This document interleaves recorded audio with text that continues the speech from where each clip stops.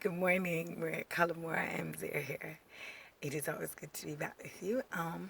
Today I want to talk to couples, specifically couples, about arguing. Look, this isn't a battle. This isn't a war you're trying to win. This is the two of you having a discussion, and the clash of swords is aim is to bring greater harmony. When you come out of an argument, you're supposed to be closer. You're supposed to be understanding each other more. So if you've argued and you still feel rotten, you haven't finished. You need to go back into that not battle and make amends and figure out where you're going from here. And sure, I know we're accustomed thinking one body has to be right, but you gotta have the policy of it is better to be happy than to be right. And if you have faith, it will always work out. I think faith is a big part of any relationship.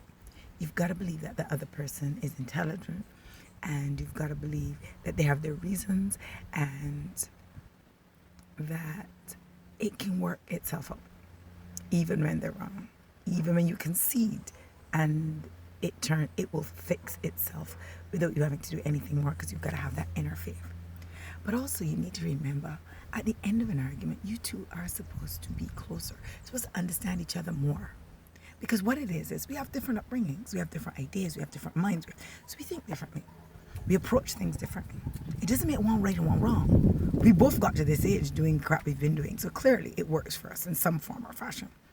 Which works better at when, that will be decided, that will be determined in the execution of it. But it's okay if it fails to, you have to go over it again. It's not the be all and end all. It's not going to end the relationship. It's not going to end the world. Most of the time, the decisions we make are neither right nor wrong. They take us different paths. So as long as you can let go of some of that intensity where you think, oh my God, this is wrong and that is right, where you can stop with the blaming and the insults. And you know why we do insults? Because we feel wrong. We don't want to become vulnerable. We don't want to show our supple side. We don't want to show that I like you more than you like me, or I'm actually soft and mushy on the inside. So we carry this big, huge ego when we really want to say, God, I miss you. I'd like to see more of you. So when you call, I have an attitude. But what I really wanted to do was say, when can we spend time together? I miss you so much. And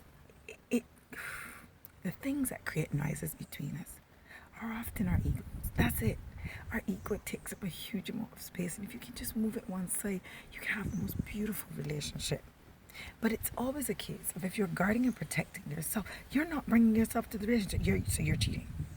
So before you point the finger at the next person, acknowledge anytime you're holding back, you're not fully being explanatory. You are the one cheating on the relationship. You're the one who's not giving it your absolute all, and that's not what you want. What you want is, look, we're two people having an argument. The aim to bring us closer, not to separate us. So what you want to do is always remember, what's my aim on this?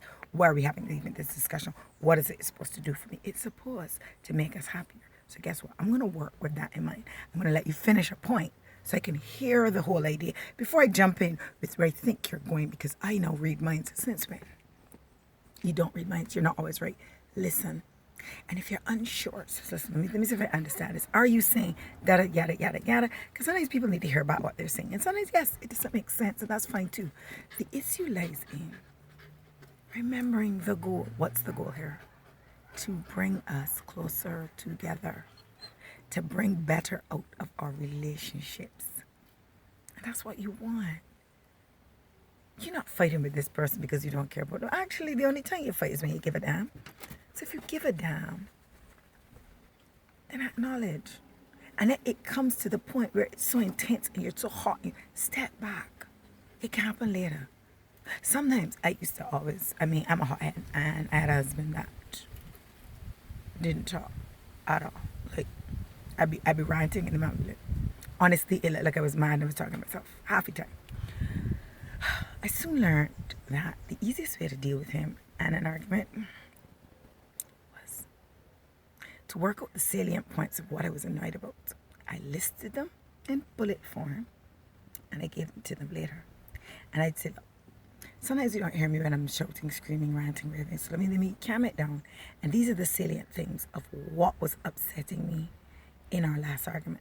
These are the areas that we're having impasses, and these are the areas I'd like us to fix. Now that it's written out, I know you can see it. Tell me what you'd like to do differently about it. And often, I want you to know he would never write back. There's no way he's going to write back. And I acknowledge who my husband was. Okay. What he would do, however, is I'd see change. I'd see change because he'd get now, oh, in the midst of all that confusion, I heard Karen on like a banshee. This is what she was actually saying. Oh, well, okay, I can understand this now. Because when we're so hot and passionate and we so want to be right, and we're so busy being angry, because of course it takes us back to a time where we feel that we were being unfair, or we feel that we're being slighted, or we feel that we aren't appreciated, and as a result we go into our defense mode right away. How many of us know that happens too? There we go. And we immediately go into security mode where we are, I'm sharing with you, and you don't care about me, and we, I know this all too well. I am only telling you this because I was expert at going there. But my point is this, right? You gotta take some of that intensity away. It's not working for you, it works against you. And get down to the nitty gritty. What do I want here? I want to be happy. I love this man. I want to be in his arms. So I'm gonna decide what I want here. I'm gonna decide what the outcome I want. I'm gonna go for that. And I'm gonna remember we aren't enemies. We are two friends trying to find a better way to deal with something. And I'm gonna believe the best in him so I get the best out of him. And I'm gonna let go. And guess what? The Lord will fix the rest. You have to have faith for that as well. And if you're not religious, trust me, then the universe will fix it. But it's gonna get fixed. You're gonna be perfectly okay. And it's not a one-up. It's merely an understanding of each other, where each other comes from, how each other thinks. And the more and more you get accustomed to that, the more you're able to work